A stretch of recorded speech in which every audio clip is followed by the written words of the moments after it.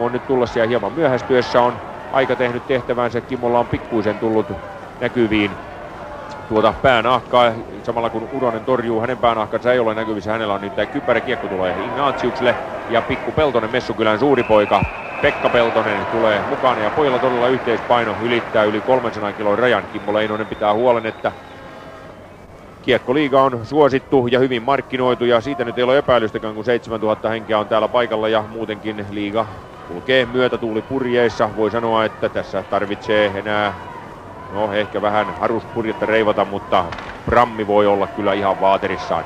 Kiekko menee oikean pelialueen kulmaan. Kanerva jättää kiekon Lähteenmäelle kuitenkin omalla pelialueen kulmalla, siis IFK:n pelialueen kulmalla. Jutila kaivaa kiekkoa, hän on vastapuolen miehiä siis Tapparasta. Mutta he ei saa pitävää otetta tapparalaiset IFK:n pelialueella. Ottavat kuitenkin kiekon. Nyt tulee hyvä syöttö ja Järvinen laukaisu. Ja Lähteenmäki tuhoaa Järvisen. Kiekko menee laitaan. Taipolalle kiekko ja IFK hyökkäys nousee hyökkäämään.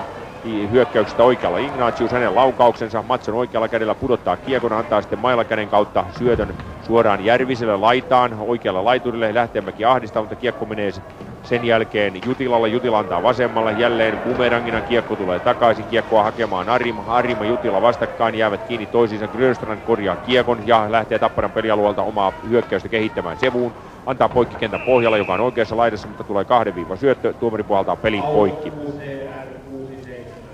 Helsingin IFK johtaa Tapparaa vastaan 1-0 ja on ihan varmaa, kun täällä kuulutellaan autojen eri rekisterinumeroita, että siellä joku on jonkun tiellä. Se on aivan varmaa. Parkkialue ei riitä alkuunkaan näissä suurissa otteluissa ja toivoa sopisikin, että tänne saataisiin kunnon parkkialueet eikä sellaiset parkkirysät, joita sitten Helsingin kaupunki käy rahastamassa ja ottaa nämä rikesakkomaksut niin kuin sanotaan tai virheparkkeerauspysäköinnistä tulee se 80. Se myöskin tamperelaisille tiedoksi, että täällä hyvin helposti Hakametsän kaupungin osassahan nimittäin tilaa on. Siellähän ei ole kuin yksi kuppila, yksi huoltoasema, sekin on se huoltoasema kaikille lisäksi kiinni.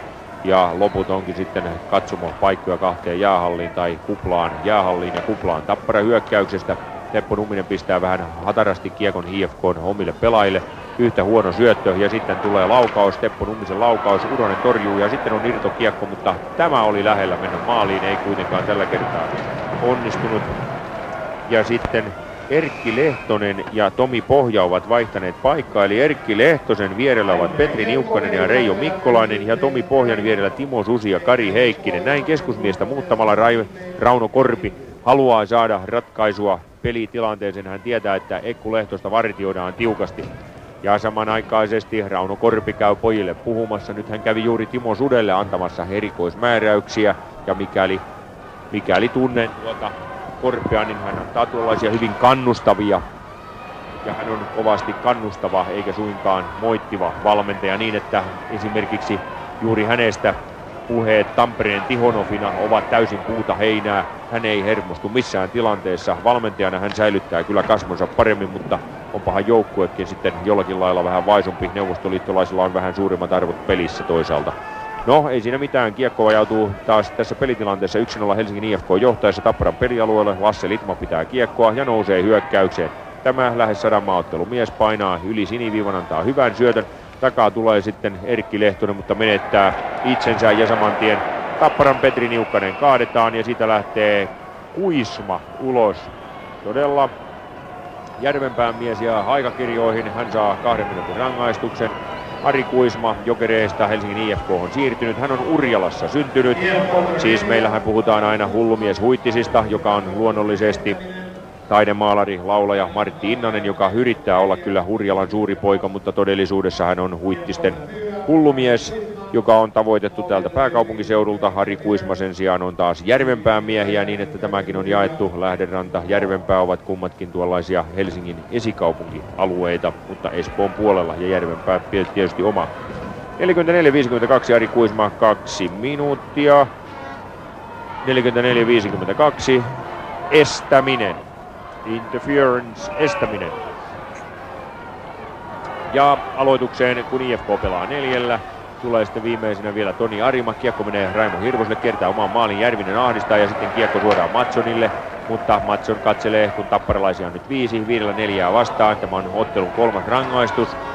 tässä IFK:lle toinen ja nyt pelataan sitten sitä peliä box playtä, kun Tappara taas yrittää maalia. Jutila antaa 5 tapparalaista, on kyllä kaikki hyvissä asemissa, Sevu menettää kiekon.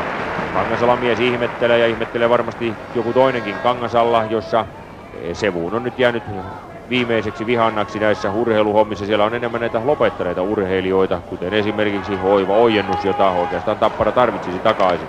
Sitten kiekko IFK-miehille, jotka antavat siniviivalta ulos ja Arima. Pitkä luistelukiekko, mutta se menee Matssonille asti. Matsson ottaa kiekon, antaa sitten Ariman ohi.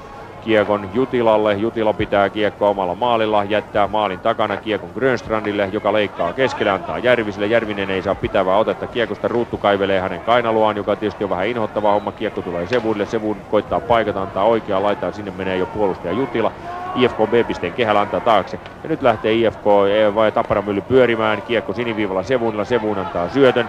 Nyt pitäisi olla tasoituspaikat Tapparalla, jos sellaisia koskaan yleensä tulee. Sitten harha syöttö menee Rautakalliolle ja Rautakallio antaa tavoilleen vastaisesti kiekon vähän huterasti Arimalle, mutta Arima leikkaa kiekon ja pojat vaihtavat. Iiro Järvi ja Pertti Lehtonen tulevat sisään. Kanervan kanssa tulee Pertti Lehtonen, siis puolustajapariksi, ja hesalaiset vaihtavat. Harri Tuohimaa tulee sisään Iiro Järven kanssa kärkimiehiksi. Tapparalla tulee 5 miestä peräkkäin kuin juna vaunusta.